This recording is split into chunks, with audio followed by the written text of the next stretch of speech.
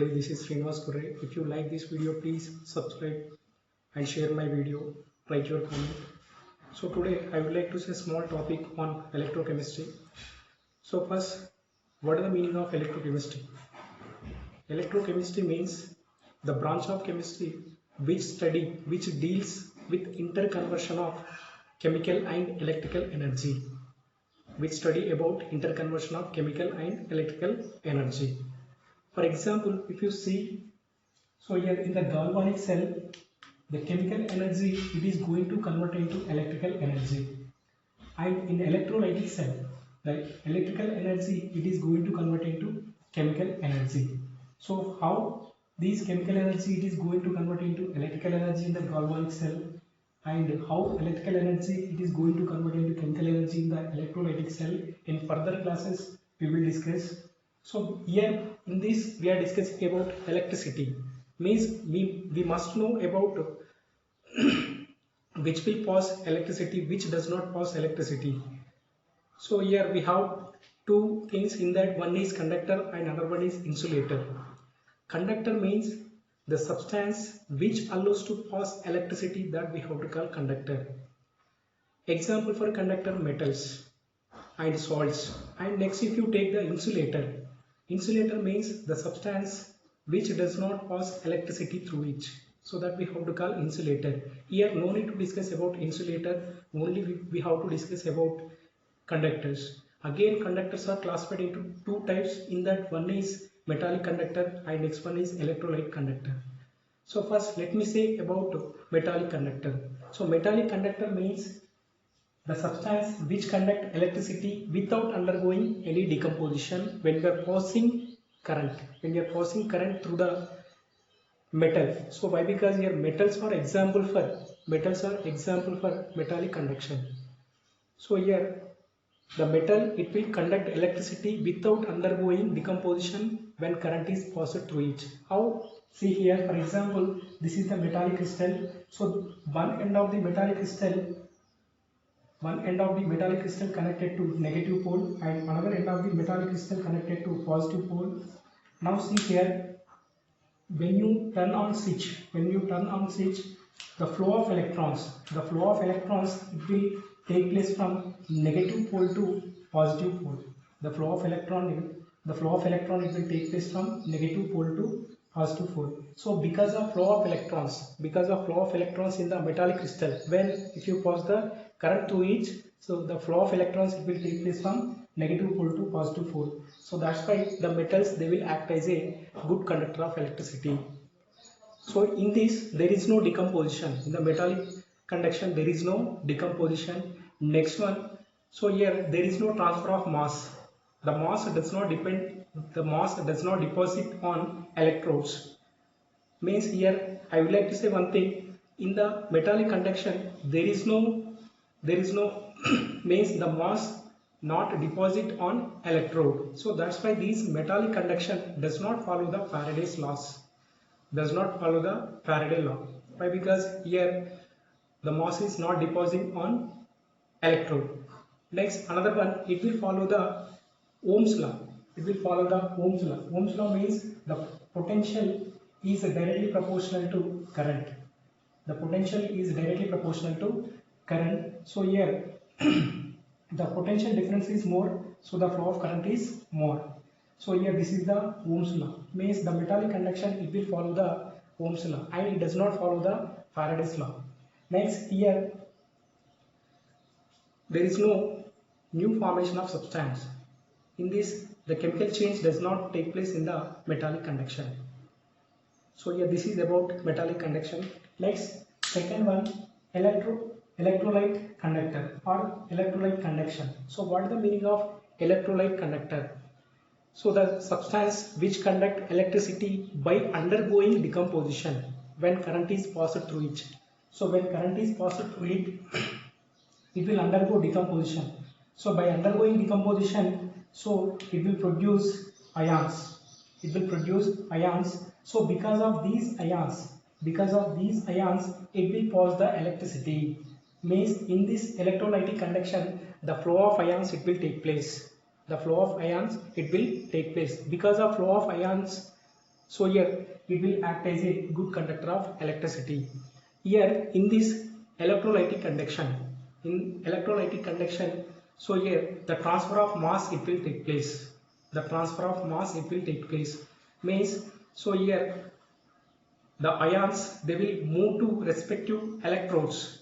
The ions deposit on electrodes, so that's why it will follow the Faraday's law. The electrolyte conduction it will follow the Faraday's law, but metallic conduction it does not follow the Faraday's law.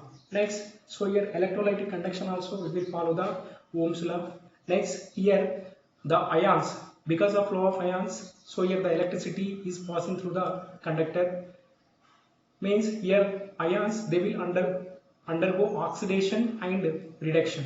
They will undergo oxidation and reduction. So here this is about metallic conduction and electrolyte conduction. Next, so here next I would like to say about metallic conductors depends on some factors. Those are number of valency electrons and density, next nature of metal, next temperature. So here the metallic conduction it will depend upon these factors. So in the first one, number of valency electrons.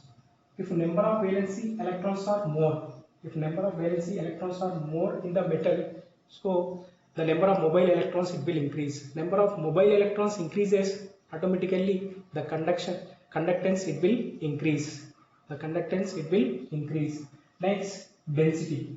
So if you take the density, heavier density metals they have less conductance. Heavier density metals they have less conductance. Why? What is the reason? So because of high density in that metallic crystal, the atoms are tightly packed. And the electrons are tightly bonded by metal. So it does not lose easily electrons. So because of that, the high density metals they are not good conductor of electricity. Example, if you take the platinum and iridium, molybdenum. So these metals they have high density. Because of their high density, they are not acting as a good conductors. Next, another one, nature of metal. If you take the nature of metal, so for example, so it will depend upon the metallic crystal structures, and next one it will depend upon the motion of free electrons. If you take the silver, so here silver is the good conductor of electricity. Why? Because in the silver free motion of electrons it will take place compared to another metals. So that's why the silver it will act as a good conductor of electricity, and it will depend upon the structure of metallic crystals, and it will depend upon the arrangement of atom in the metallic crystal and geometry. Okay, next, last one, temperature. So yeah, last factor, temperature. When we are increasing the temperature, the conductance it will decrease. When we are increasing the temperature, the conductance it will decrease, and resistance it will when we are increasing the temperature, the conductance it will decrease and resistance it will increase. How? For example, see here, this is the one of the metallic crystal. So these metallic crystal we have connected to one hand, we have connected to negative pole, and another hand we have connected to positive pole. Now see here, so if you turn the switch, the flow of electrons it will take place from negative pole to positive pole. The flow of electron it will take place from negative pole to positive pole. So here during the passing electricity, the temperature of metal it will increase. The temperature of metal it will increase. So here when we are passing current inside the metallic crystal, positive ions it will form. Inside the metallic crystal, positive ions it will form. The positive ions which are present in metallic crystals, so that we have to call kernels. So during the passing of electricity, the metal temperature it will increase.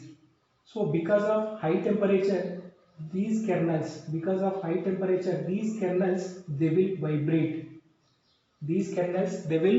vibrate. So because of vibration of kernels, vibration of kernels in the metallic crystal.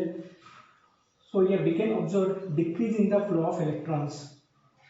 How the flow of electrons it will decrease because of vibration of kernels. When the vibration of kernels it will increase when increasing the temperature.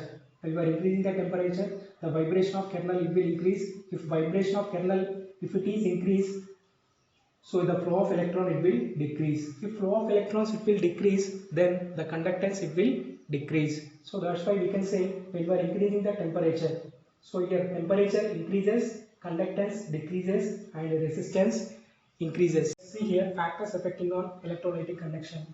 So what are the examples for electrolytic conduction? So here electrolytes, that is salt or acid or base, these all are example for electrolytic conduction. Now see here in the first condition, first effect of dilution. So here based on the alpha, the electrolytes are three types. In that one is weak electrolyte. For weak electrolyte, the degree of dissociation is 1.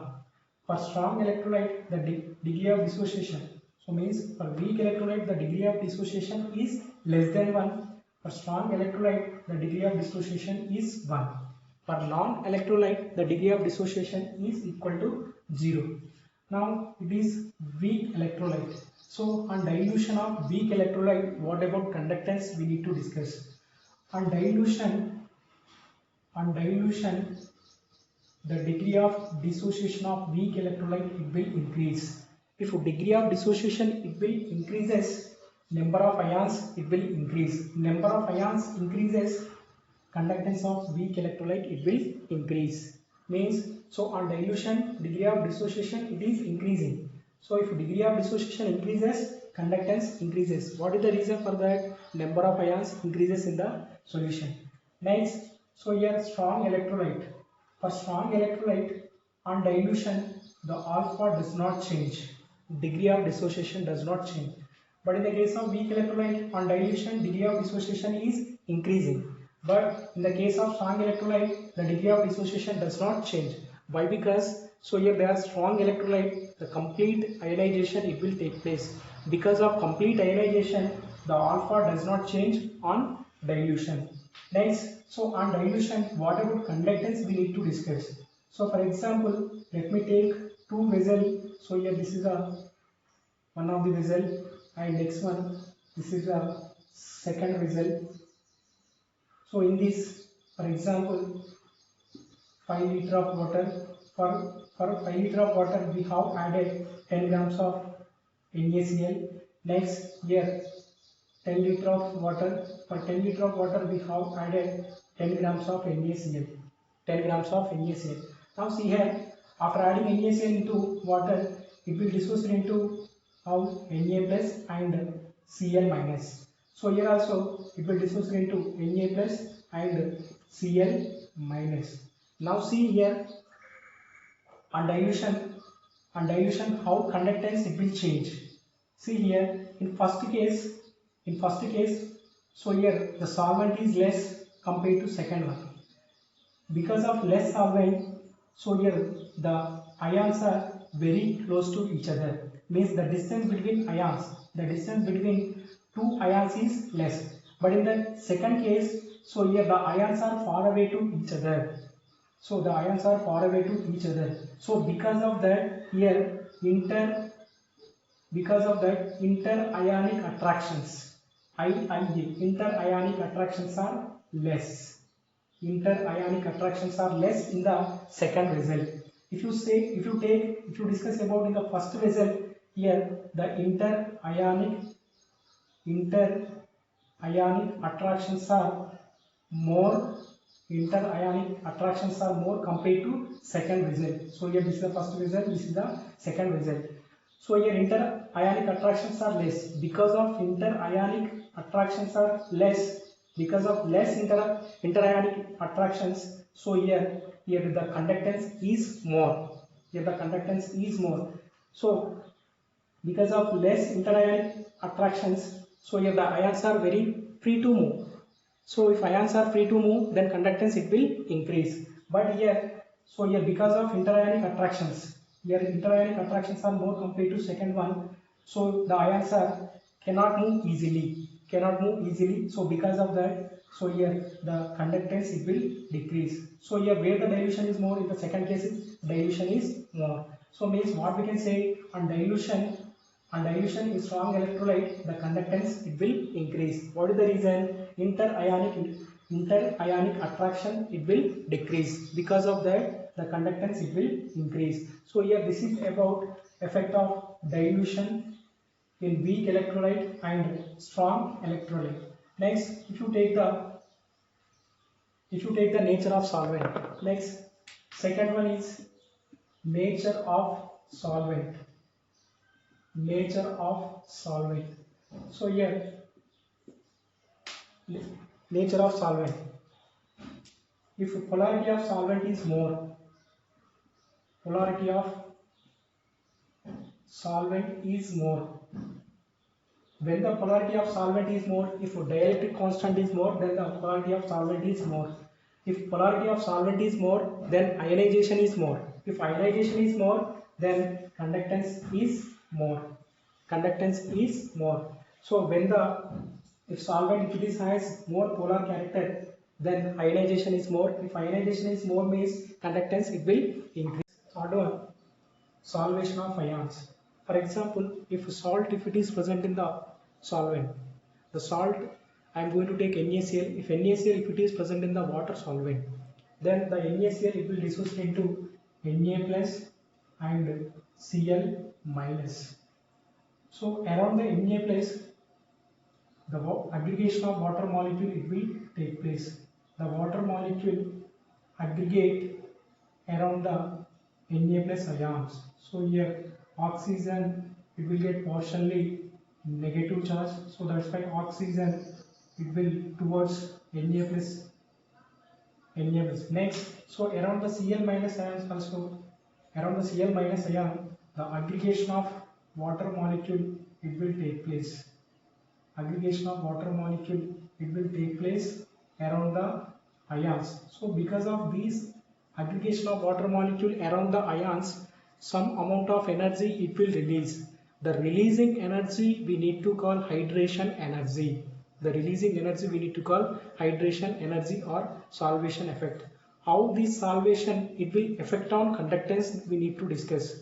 How this solvation effect it will affect on conductance we need to discuss. For example, I am going to take some ions. The ions they are present in the polar solvent. The ions are present in the polar solvent. Example, lithium plus and Na plus. Next one K plus. Next one rubidium plus. Now see here the solvation effect it will depend upon the charge density. It will depend upon the charge density. The ion which has more charge density, more number of water molecule, more number of solvent molecule are aggregate around the ion. The ion which has less charge density, less number of solvent molecule aggregate around the ion. If less number of solvent molecule aggregate around the ion, less amount of energy it will release, means less hydration energy.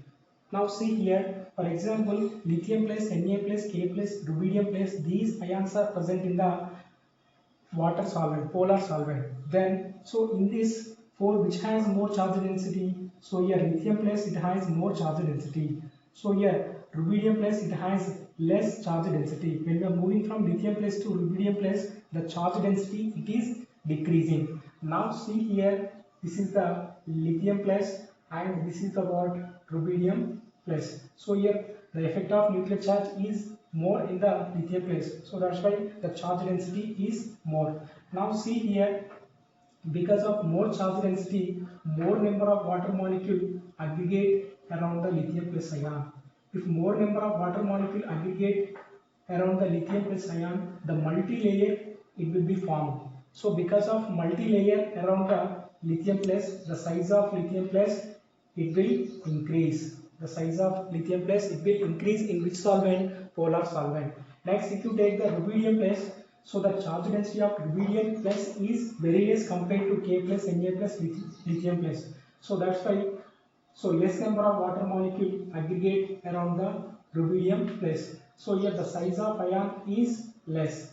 The size of rubidium plus is less in which polar solvent. Now in the polar solvent, what is the order of size? So here the size which has more size, lithium plus it has more size. Next, which has less size, rubidium plus it has less size. Means already we know mobility is inversely proportional to size. Mobility is inversely proportional to size. Means when the conductance it will increase, if a mobility of ion is more, the conductance is more. So here, what is the relation between mobility and size? Mobility is inversely proportional to size. Now see here, in this polar solvent, which has more size, lithium plus it has more size, means the conductance of lithium plus is less. Next Na plus, next what, rubidium plus. So here this is the order of conductance of different ions in polar solvent. If you take the non-polar solvent, so in the non-polar solvent, if you take the same ions, if they are present in the non-polar solvent, in non-polar solvent there is no solvation effect, there is no hydration effect. Means, so which has less size, lithium plus it has less size. Means the conductance of lithium plus is more than what, Na plus, then what, K plus, then what, rubidium plus. In non-polar solvent, rubidium plus size is more, then the conductance of rubidium plus is less. So here this is the conductance of different ions. This is the solvation effect. Next, another one, fourth one, viscosity. So here fourth one, what, viscosity